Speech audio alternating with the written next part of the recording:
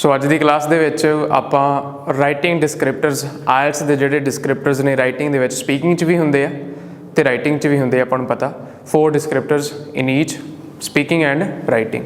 ठीक है जी, 4 तरीकों के नाल इहनूं तुसीं इदां समझ सकते हो भी उन्होंने 4 पैरामीटर्स सिलैक्ट किए जिन्हां दे अकॉर्डिंग तुहाडी मार्किंग होनी है राइटिंग टास्क 1 की भी ते टास्क 2 की भी। प्रॉब्लम यह आ भी जो आपां राइटिंग करते हैं ना तो आप खुद कोशिश करते हैं भी अपना की क्राइटेरिया जिवें हुण आपां चैकिंग की गल कर लीए तो स्कूल दे विच अपनी चैकिंग इदां हुंदी सी भी 100 क्वेश्चन आ उह चों इन्ने गलत हो गए तो इन्ने नंबर आ गए।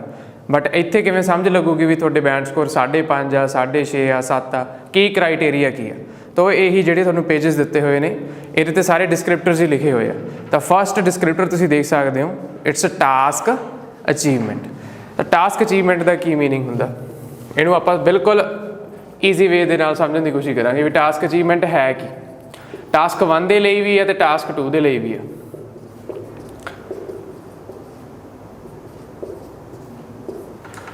टास्क अचीवमेंट का बेसिकली इदां समझ लो भी रिस्पॉन्स तुहाडा की है क्वेश्चन के प्रति।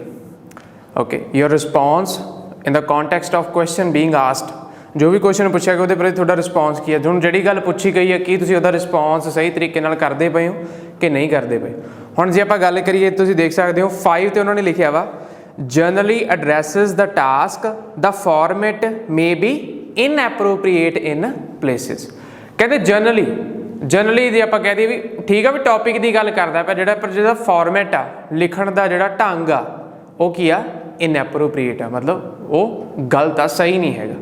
फिर उस तो बाद जिहड़ी इन्हां दी एकेडैमिक वास्ते वो कह दईए accounts detail mechanically with no clear overview, जिथे जाके स्टूडेंट मार खाते हैं।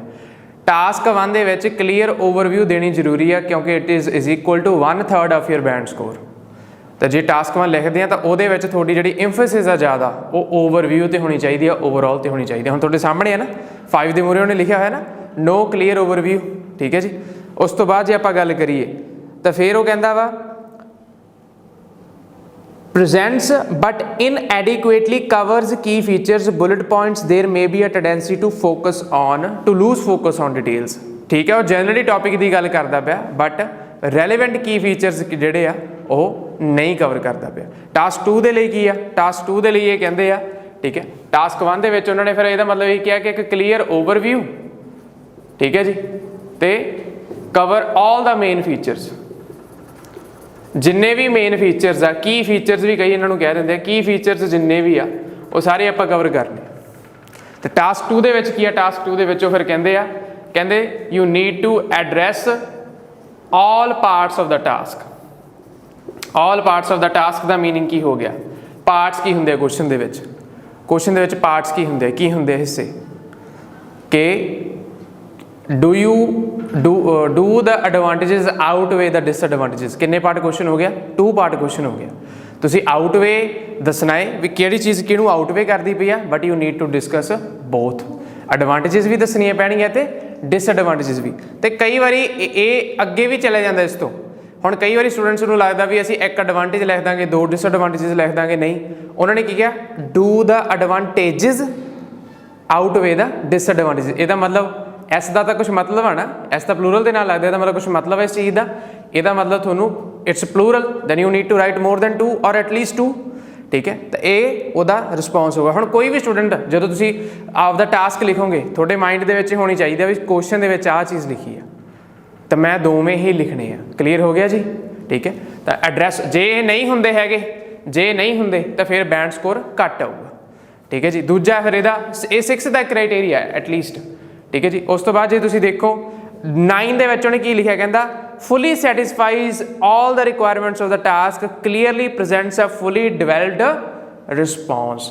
यानी जिहड़ा बंदे दा 9 बैंड आउणगे टास्क रिस्पॉन्स दे विचों टास्क अचीवमेंट दे विचों ओहदा रिस्पॉन्स पूरी तरह डिवेल्प आ, ओहदी कल्ली कल्ली गल तुहानूं समझ आऊगी and it will be exactly on the topic. ठीक है जी, क्लीयर हो गया। तो हमेशा याद रखो टास्क 2 दे विच कदे भी ऑफ टॉपिक जाने की कोशिश ना करो। ऑफ टॉपिक किवें मैं तुहानूं दसदा, जिवें अज एक गल होई आ, ठीक है, क्वेश्चन सीगा कि लोकल जिहड़े लोकल फूड आ ओहदी बजाय जिहड़े सैलर्स आ लोकल सुपर मार्केट्स आ वो बाहरों फूड मंगवा के बेचते पे आ। ठीक है। तो स्टूडेंट ने जर्नल लाइन की लिखी कि टैक्नोलॉजी ने साडी लाइफ बहुत ईजीयर करती है।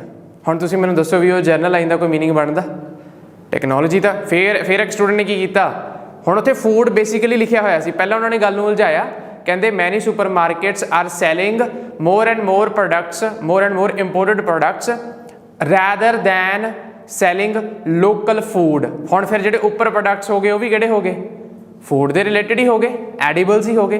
पर स्टूडेंट उत्थे मॉक टेस्ट दे विच की लिखते पे आ, वो कहते पे आ क्लोथिंग। तो फिर ये की हो गया, ऑफ टॉपिक हो गया। तो ये बहुत बरीकी दे नाल देखना पैंदा तुहानूं भी।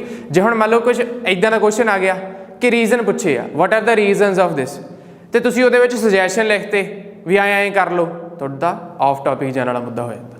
निक्की निक्की गल ते तो इहनूं बहुत क्लीयरली समझना पैंदा, तुहानूं देखना पैंदा भी मैं जिन्ने भी पॉइंट्स लिखां आपदी राइटिंग दे विच ये सारे टॉपिक दे उपर ही होण। तो हुण देखो फिर शर्त की है भी जो इत्थे तक 6 तक तो आ गए, हुण इस तो उपर किवें जाए।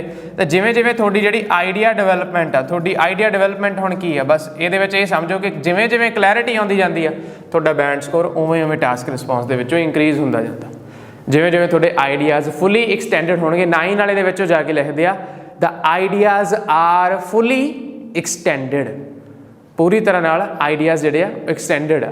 ठीक है जी, मतलब कि उन्हें कोई इदां दी अधूरी गल नहीं छड्डी हैगी। 6 दे विच लिखदा some parts are fully covered than others, ਇਹਦਾ मतलब एडवांटेजेस की ज़्यादा गल की होगी than disadvantages, some parts are fully covered than others.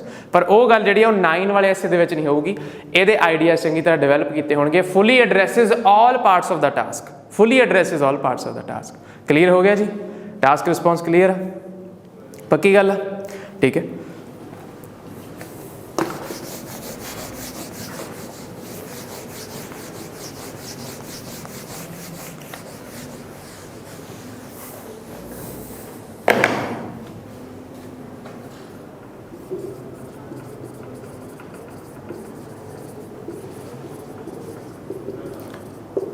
कोहीरेंस and cohesion. हुण जे आपां इहदा वैसे ही मीनिंग देखिए तो कोहीरेंस एंड कोहेजन का meaning state of being logical and consistent. तो कहते भी you need to have logical structure of ideas. ठीक है जी, लॉजिकल स्ट्रक्चर होवे तुहाडे टास्क दे विच, पैराग्राफिंग भी होवे, पैराग्राफिंग नूं भी ये मानते हैं कि हाँ पैराग्राफ्स बनाए होने चाहिए, क्योंकि राइटिंग का एक असूल कह लो। ठीक है जी, ये चीज़ हो सकती है। फिर आप गल करिए पैराग्राफिंग तो कोहेसिव डिवाइसिस का एप्रोप्रीएट यूज़ होना चाहिए। कोहेसिव डिवाइसिस यूजड एप्रोप्रीएटली, ये चीज़ इन्हां दे विच जिहड़ी आ वो समझण दी लोड़ आपां नूं। Cohesive devices used appropriately. Paragraphing भी बनानी है, जिवें आपां इंट्रोडक्शन बनाने, हुण आपां क्यों बनाउने आ, क्योंकि कंडीशन आ। इंट्रोडक्शन की काम करती, थोड़ा टॉपिक इंट्रोड्यूस करती है, फिर तुसीं ओपीनियन लिखते हो, तो उस तो बाद फिर की हो जाता वा, उस तो बाद फिर तुसीं बॉडी पैराग्राफ शुरू करते हो। ये भी एक स्ट्रक्चर आ, भी लॉजिकल स्ट्रक्चर की आ कि आइडियाज़ जिवें हुण आपां कह दईए भी एक गल शुरू हो के फिर दूजी गल खत्म होवे। जिवें आपां कह दईए भी पुछे गए आ रीजनस तो फिर सल्यूशनस। हुण पर जे स्टूडेंट पहला सल्यूशन लिख देवे प्रॉब्लम दे तो फिर रीजन लिख देवे, गल उल्ट नहीं होगी। तुसीं पहला प्रॉब्लम नूं डिफाइन करोगे भी प्रॉब्लम के कारण की आ, फिर ही तुसीं उहदा हल दोगे। पर जे अगे पिछे हो गए तो बैंड स्कोर इत्थों घटन की संभावना। ठीक है जी, गल समझते पे हो। ठीक है, छोटिया छोटिया गल्लां ही होंदियां। फिर हुण जिवें आपां गल करिए पैराग्राफिंग, पैराग्राफिंग ते भी कंकलूजन क्यों बनानी है, क्योंकि स्टोरी का सारा निचोड़ आ। तुसीं एक कहानी शुरू की आ तो तुसीं उहदा निचोड़ कढ रहे हो थल्ले, कंकलूजन लिखनी भी इंपॉर्टेंट आ। क्यों, क्योंकि तुहाडे सारे ऐसे का जिहड़ा आपां कह दईए एक सार तत्त तुहानूं कंकलूजन दे विच देखण नूं मिलदा पिया, तो कंकलूजन भी इंपॉर्टेंट आ। ओके, तो ये अकॉर्डिंग स्ट्रक्चर चलता। बस प्रॉब्लम यह है भी वो समझ नहीं पाते भी पैराग्राफिंग क्यों बनाइए, तो वो अपने को अज रीजन। फिर आने कोहेसिव डिवाइसिस ते। हुण इत्थे एक मिथ ये मन्निया जाता भी जे मैं टू बिगिन विद की जगह ते टू कमेंस विद ला दूंगा या कमेंसिंग विद ला दूंगा तो फिर आ वधिया लिंकर है, ये नालों ये परसैप्शन आ अपनी अज दे टाइम दे विच, परसैप्शन आ भी ओके, परसैप्शन आ भी टू बिगिन विद की जगह ते जे मैं कमेंसिंग विद ला दूँ मेरे बैंड स्कोर वध जाणगे। नहीं, परसैप्शन गलत आ। टू बिगिन विद ने भी उही काम करना जो कमेंसिंग विद नहीं करता। पर प्रॉब्लम की आ कि इहदा यूज एप्रोप्रीएट होना चाहिए। यूज एप्रोप्रीएट किवें भी उत्थे पिया होवे जिथे दी लोड़ आ। कॉन्सीक्वेंटली क्यों यूज करते हैं? जो आप कॉन्सीक्वेंस कढ़ते हैं उसका रिजल्ट कढ़ते हैं भी आ सारी गल होगी कॉन्सीक्वेंटली इहदा आ रिजल्ट निकलिया एज अ कॉन्सीक्वेंस जिवें आपां कह दिंदे तो यूज जिहड़ा वो एप्रोप्रीएट होवे। ठीक है जी। फिर इहदे विच अगला पार्ट आउंदा जी progression of ideas. Progression of ideas तो जिहड़े हुण लिंकर तुसीं यूज करदे हो, ठीक है, जे हुण आपां अग्री डिसअग्री टास्क हो गया, आपां जां डिस्कस बोथ व्यूज़ हो गया। डिस्कस बोथ व्यूज़ दे विच तुसीं पहलां उपरले पैराग्राफ दे विच गल कर ली भी आ लोग आए कह रहे। हुण जदों आपां डिस्कस बोथ व्यूज़ की गल करते हैं तो वो सम पीपल का ओपीनियन अदर पीपल के उल्ट ही होंदा, हमेशा इदां ही होंदा ना, वो कुछ होर कह रहे वो उल्ट कह रहे होंदे। हुण जदों आपां सैकेंड बीपी स्टार्ट करांगे तो उत्थे कई बारी स्टूडेंट मोर ओवर फरदर मोर इदां दी चीज़ां लाउण दी कोशिश करते हैं, पर उत्थे गलत आ। क्यों? क्योंकि now you are going to discuss another opinion, another point of view that is contradicting to the first one. तो फिर हम तुहानूं उत्थे लिंकर कुछ इदां दी लाउण दी लोड़ आ। On the contrary on the other hand भी दूजे पासे जिवें गल करा। ठीक है जी, क्लीयर हो गया। तो कोहेसिव डिवाइसिस हमेशा ये लिंकर भी नहीं होंदे, कई बार जिहड़े प्रोनाउंस ने रैलेटिव प्रोनाउंस भी है वो भी एज कोहेसिव डिवाइसिस वर्क करते हैं। जे तुसीं लिखता ना दिस फिनोमिनन तो उत्थे दिस भी जिहड़ा वो एज अ लिंकर यूज़ किया जाऊगा। नैवर गेट कन्फ्यूज़ड भी जे मैं बिगिन विद दी जगह ते कमेंस विद ला दूंगा मेरे बैंड स्कोर वध जाणगे। जिहड़ा बंदा ये पढ़ा रहा बस फिर वो नहीं इहदे अकॉर्डिंग नहीं चलता पिया। इहदी शर्त यही है कि इहदा यूज़ एप्रोप्रीएटली होवे। ईवन जे आपां गल करिए लिंकर दी तो ये ठीक है भी जो तुम शुरू करते हो राइटिंग उदों थोड़ा ये चीज़ सिखाई जाती है तो मैं सोचता उदों बेनीफिशियल भी है। जिवें आपां गल करिए भी एक छोटा बच्चा, ठीक है, वो पहला रढ़ना सीखता है, फिर उन्होंने उंगली फड़ाई जाती है, फिर उन्होंने दे दिता जाता वॉकर जिहा दे दिता जाता, तो इदां की चीज़ है। पर जो तुम भजन लग गए थोड़ी राइटिंग 6 तक पहुँच गई उत्थे तुहानूं कोशिश ये करनी चाहिए भी इन्हां चीज़ों को अवॉइड करिए, इन्हां चीज़ों को अवॉइड करिए उत्थे, क्योंकि उत्थे हुण तुसीं आपदी लैंगुएज नूं इंप्रूव करना चाहुंदे हो तो ये ऑकवर्डनैस पैदा करदे। जो बाहले लिंकर होणगे टास्क दे विच बाहले ज़्यादा लिंकर होणगे बेलोड़े होणगे वो ऑकवर्डनैस पैदा होगी, जिहदे करके वो कहंदे आ ये इदां दी होवे that it causes no attention of examiner. Examiner की अटैंशन ना जाए, मतलब उन्होंने दोबारा रुक के पढ़ना ना पवे, फ्लो होवे तुहाडे task they which. And that is what progression is about. तुहाडे आइडियाज़ इदां चलन फ्लो दे विच कि एक बारी पढ़ा मैं ते या कोई भी एग्जामिनर, ठीक है, एक बारी पढ़न दे नाल सारियां चीज़ां क्लीयर हो जाण। क्लीयर हो गया जी कोहेरेंस एंड कोहेजन की हुंदा? ठीक है जी, क्लीयर पक्की गल। हुण चलदे हां तुहाडे थर्ड डिस्क्रिप्टर वाल।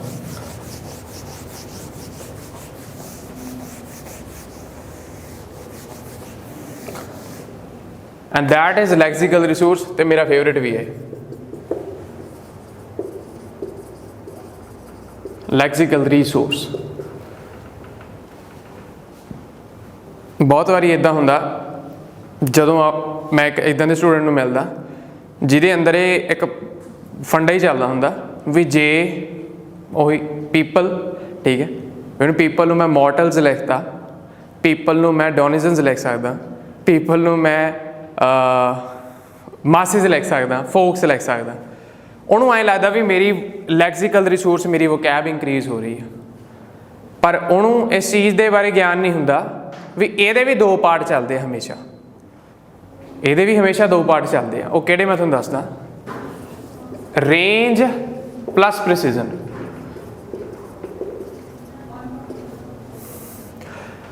हुण रेंज की आ, पीपल के सिनोनिम्स किन्ने आ, वो रेंज का एक पार्ट आ, बट पूरी तरह रेंज नहीं हैगी। रेंज पूरी तरह नाल सिनोनिम्स नहीं हैगी। सिनोनिम्स हाँ लोड़ पैंदी है आपां नूं, ठीक है, आप लिखना चाहते होंगे भी यार हुण इहदी जगह ते की आऊगा, इंप्लॉयज़ की जगह ते चलो मैं वर्कर्स लिख देना, वर्कर्स की जगह ते मैं ये लिख देना भी वो पीपल हू वर इंप्लॉयड, मैं इदां दी चीज़ लिख देना। पर सिनोनिम्स एज होल रेंज नहीं हैगी। Range is a broad term. तो ਉਹਦੇ ਵਿੱਚ ਜੇ मैं गल करा भी की पार्ट आउंदा, फिर तुसीं पुछोगे भी सर फिर रेंज का मतलब की है। रेंज का मतलब आए समझो भी एडमिरेशन, एडमायर, एडमायरर, जिवें आपां ਕੱਲ ਕਿ ਪਰਸੋਂ ਵਾਲੇ ਟਾਸਕ ਦੇ ਵਿੱਚ ਇਹ ਗੱਲ ਕੀਤੀ ਸੀ। ਹੁਣ ਐਡਮੀਰੇਸ਼ਨ ਕੀ ਆ? ਐਡਮੀਰੇਸ਼ਨ ਤੁਹਾਡੀ ਉਹਦੇ, ਤੁਸੀਂ ਕਿਸੇ ਨੂੰ ਐਡਮਾਇਰ ਕਰਦੇ, ਤੁਸੀਂ ਉਹਦੇ ਪ੍ਰਸ਼ੰਸਕ ਹੋ, ਤਾਂ ਫਿਰ ਤੁਸੀਂ ਕੀ ਬਣ ਗਏ? ਐਡਮਾਇਰਰ ਬਣ ਗਏ। ਫਾਰਮ ਚੇਂਜ ਹੋ ਗਈ, ਐਡਜੈਕਟਿਵ ਬਣ ਗਿਆ ਹੈ, ਵਿਸ਼ੇਸ਼ਤਾ ਬਣ ਗਈ। He is an admirer of Cristiano Ronaldo, ਤਾਂ ਕੀ ਬਣ ਗਿਆ ਇਹ? ਐਡਜੈਕਟਿਵ ਬਣ ਗਿਆ, ਵਿਸ਼ੇਸ਼ਤਾ ਬਣ ਗਈ। Admire, I admire Cristiano Ronaldo, I admire Virat Kohli, and ਫਿਰ ਇੱਥੇ ਐਡਮਾਇਰ ਕੀ ਬਣ ਗਿਆ? ਵਰਬ। ਐਡਮੀਰੇਸ਼ਨ ਪ੍ਰਸ਼ੰਸਾ, ਤੁਸੀਂ ਉਹਦੇ ਵੱਲ ਤੁਹਾਡਾ ਝੁਕਾਅ, ਇਹ ਕੀ ਬਣ ਗਿਆ? ਨਾਉਨ ਬਣ ਗਿਆ। ਕਲੀਅਰ ਹੋ ਗਿਆ? ਕਲੀਅਰ ਹੋ ਰਹੀ ਮੇਰੀ ਗੱਲ? ਤਾਂ ਇਹ ਜੇ ਤੁਸੀਂ 3 ਫਾਰਮਸ ਆਫ ਵਰਡ ਨੂੰ ਜੇ ਤੁਸੀਂ ਯੂਜ਼ ਕਰਨਾ ਜਾਣਦੇ ਹੋ, ਤੁਸੀਂ ਕਾਮਯਾਬ ਹੋ ਰੇਂਜ ਦੇ ਵਿੱਚ। ਜਿਵੇਂ ਹੁਣ ਕੁਐਸਚਨ ਦੇ ਵਿੱਚ ਲਿਖਿਆ, most young people are admirers of sports idols. ਤੁਸੀਂ ਇਹਨੂੰ ਪੈਰਾਫਰੇਜ਼ ਕਰਨਾ ਤਾਂ ਲਿਖ ਦਿਓ, majority of the young people have strong profound admiration for sports stars। clear ਹੋ ਰਹੀ ਮੇਰੀ ਗੱਲ? ਠੀਕ ਹੈ ਜੀ, clear ਹੋ ਗਿਆ। admire, admiration, admirer, admiration noun ਹੀ ਹੈ ਨਾ, verb ਤੇ adjective, noun, verb ਤੇ adjective। ਜੇ ਆਪਾਂ ਨੂੰ ਇਹ forms of word ਪਤਾ ਤਾਂ ਆਪਾਂ ਰੇਂਜ ਦੇ ਵਿੱਚ ਸਹੀ ਹੈ। ਹੁਣ precision ਕੀ ਆ? precision ਇੱਥੇ ਹੀ ਬਸ ਜਿੱਥੇ ਆ people ਵਾਲੀ ਗੱਲ ਆ, people ਨੂੰ mortals ਲਿਖਣਾ, ਠੀਕ ਹੈ, people ਨੂੰ mortals ਲਿਖਣਾ, ਇਹ folks ਲਿਖਣਾ, ਇਹ ਇੱਥੇ ਪ੍ਰੀਸਿਜ਼ਨ ਆ ਵੀ ਵਾਕਈ ਕੀ ਉੱਥੇ ਪੀਪਲ ਨੂੰ ਤੁਸੀਂ ਐਗਜ਼ੈਕਟਲੀ ਰਿਪਲੇਸ ਕਰ ਸਕਦੇ ਹੋ ਫੋਕਸ ਵਰਡ ਦੇ ਨਾਲ? ਨਹੀਂ ਕਰ ਸਕਦੇ। ਜੇ ਉੱਥੇ ਫੋਕ ਕੁਛ ਇੱਦਾਂ ਦੇ ਟੌਪਿਕ ਦੀ ਗੱਲ ਚੱਲਦੀ ਪਈ ਫਿਰ maybe you are allowed to do that, but ਜੇ ਗੱਲ ਇਕੱਲੀ ਗਵਰਨਮੈਂਟ ਤੇ ਸਿਟੀਜ਼ਨਸ ਦੀ ਚੱਲਦੀ ਪਈ ਆ ਤਾਂ ਤੁਸੀਂ ਫੋਕ ਲਿਖਣਾ, ਮੋਰਟਲਸ ਲਿਖਣਾ, ਉੱਥੇ ਇਨਫੋਰਮਲ ਮੰਨੀ ਜਾਊਗੀ। ਉਹ ਇਨਫੋਰਮਲ ਵੋਕੈਬ ਦੇ ਵਿੱਚ ਹੈ। ਇਸੇ ਕਰਕੇ ਕਿਡਸ ਜਿਵੇਂ ਵਰਡ ਹੋ ਗਿਆ, ਕਿਡਸ ਹੁਣ ਇੱਕ ਇਨਫੋਰਮਲ ਵਰਡ ਆ, ਸਲੈਂਗ ਕਾਈਂਡ ਆਫ ਵਰਡ ਹੈ। ਤਾਂ ਤੁਸੀਂ ਕਿਡਸ ਲਿਖ ਰਹੇ ਹੋ ਚਿਲਡਰਨ ਨੂੰ, ਤੁਹਾਡੇ ਬੈਂਡ ਸਕੋਰ ਘਟਣਗੇ, ਵਧਣਗੇ ਨਹੀਂ। ਪਰ ਆਪਾਂ ਨੂੰ ਇਹ ਚੀਜ਼ ਪਤਾ ਨਹੀਂ ਹੁੰਦੀ ਗੀ, ਤਾਂ ਅੱਜ ਤੋਂ ਬਾਅਦ ਨਹੀਂ ਭੁੱਲਣਾ ਹੈਗਾ। ਜੇ ਲਿਖ ਰਹੇ ਹੋ ਤਾਂ ਆਪ ਦੀ ਗਲਤੀ ਆਪ ਲੱਭੋ ਕਿ ਵਾਕਈ ਮੈਂ ਇਹ ਪ੍ਰਸਾਈਜ਼ ਯੂਜ਼ ਕਰਦਾ ਮੈਂ ਵੋਕੈਬਲਰੀ ਦਾ ਕਿ ਨਹੀਂ ਕਰਦਾ ਪਿਆ। ਕਲੀਅਰ ਹੋ ਗਿਆ ਜੀ? ਇੱਥੇ ਤਾਂ ਕਿਸੇ ਨੂੰ ਕੋਈ ਡਾਊਟ ਵੀ? ਪੱਕੀ ਗੱਲ? ਠੀਕ ਹੈ, ਵਧੀਆ ਚੱਲ ਰਿਹਾ, ਸਮਝ ਲੱਗ ਰਹੀ ਹੈ ਨਾ? ਠੀਕ ਹੈ ਵੀ ਆਪਾਂ ਚੈੱਕ ਕੀ ਕਰਨਾ ਵਾ ਆਪਦੇ ਟਾਸਕ ਦੇ ਵਿੱਚ। ਫਿਰ ਲਾਸਟ ਤੇ ਹੁਣ ਜਿਹੜਾ ਆ ਜਾਂਦਾ ਵਾ grammatical range and accuracy. Grammar ਦੇ ਵੀ ਉਹਨਾਂ ਨੇ 2 ਪਾਰਟਸ ਕੀਤੇ ਹੋਏ ਨੇ।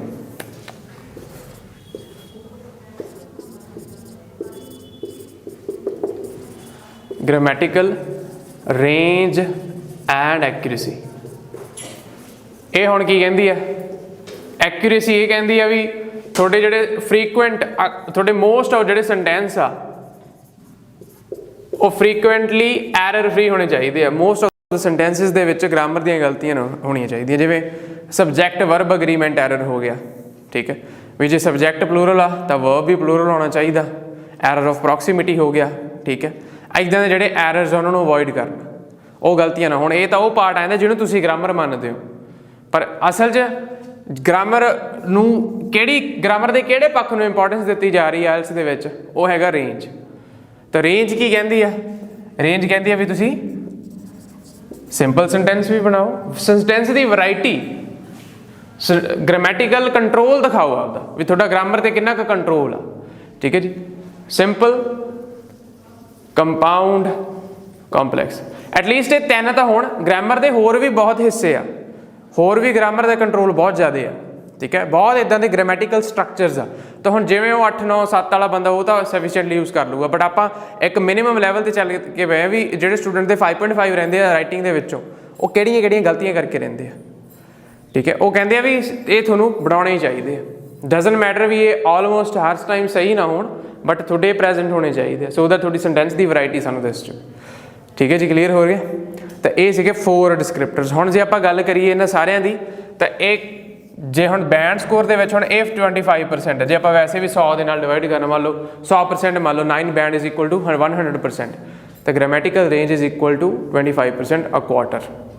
ਤਾਂ ਸਾਰੇ ਹੀ ਜਿਹੜੇ ਡਿਸਕ੍ਰਿਪਟਰਸ ਆ ਉਹ ਇਕੁਅਲੀ ਇੰਪੋਰਟੈਂਟ ਆ ਜਦੋਂ ਵੀ ਤੁਸੀਂ ਚੈਕਿੰਗ ਕਰਨੀ ਆ, ਠੀਕ ਹੈ। ਤਾਂ ਤੁਹਾਨੂੰ ਇਹ ਚੀਜ਼ ਦਾ ਆਪਦੇ ਟਾਸਕ ਨੂੰ ਚੈੱਕ ਕਰਨਾ, ਤੁਸੀਂ ਇਹ ਚੀਜ਼ ਦੇਖਣੀ ਆ ਵੀ ਮੈਂ ਇਹਦੇ ਵਿੱਚ ਕਿਹੜਾ ਕ੍ਰਾਈਟੇਰੀਆ, ਕਿਹੜੇ ਲੈਵਲ ਦਾ ਯੂਜ਼ ਕਰ ਰਿਹਾ। ਤਾਂ ਹੁਣ ਮੰਨ ਲਓ ਵੀ ਟਾਸਕ ਰਿਸਪੌਂਸ ਦੇ ਵਿੱਚੋਂ 7 ਆ ਗਏ, ਠੀਕ ਹੈ। ਲੈਕਸੀਕਲ 'ਚ 6 ਆ ਗਏ, ਕੋਹਰੈਂਸ ਐਂਡ ਕੋਹੀਜ਼ਨ 'ਚ 6 ਆ ਗਏ, ठीक है ग्रामेटिकल रेंज एंड एक्यूरेसी च 7 आ गई हुण इन्हां चारां नूं कंक्लूड करके थोड़ा राइटिंग टास्क 2 का स्कोर बनूगा सिर्फ एक डिस्क्रिप्टर नूं रख के नहीं पर ग्रामर के बेस ते ही सिर्फ 4.5 देने 3 देने गलत आ हाँ ग्रामर नूं तुसीं एक पासे कह सकते हो तेरी ग्रामर नहीं सही है कि बई you need to work on your sentence formation तो चैकिंग हमेशा ये रख के चलो भी उन्हें की टास्क रिस्पॉन्स दे विच उन्हें सारे पार्ट्स एड्रैस किए जे किए तो फिर सफिशिएंटली किए किन्ने किए आइडियाज़ डिवेलप होए वो एग्जाम्पल्स रैलीवेंट आ इदां दी चीज़ां चैक करने की लोड़ होंदी है इदां चीज़ां ध्यान च रखने की लोड़ होंदी है ठीक है जी क्लीयर तुसीं भी जो लिखना इन्हां चारां नूं जे तुसीं पढ़ लोगे ठीक है प्रिंट मैं करवा दूंगा पर जे चारां नूं पढ़ लोगे तो बहुत ईजी हो जाऊगा थोनों राइटिंग करनी इदां ही स्पीकिंग दे विच भी इदां ही है ठीक है जी क्लीयर तो किसी को कोई इत्थों तक कोई डाउट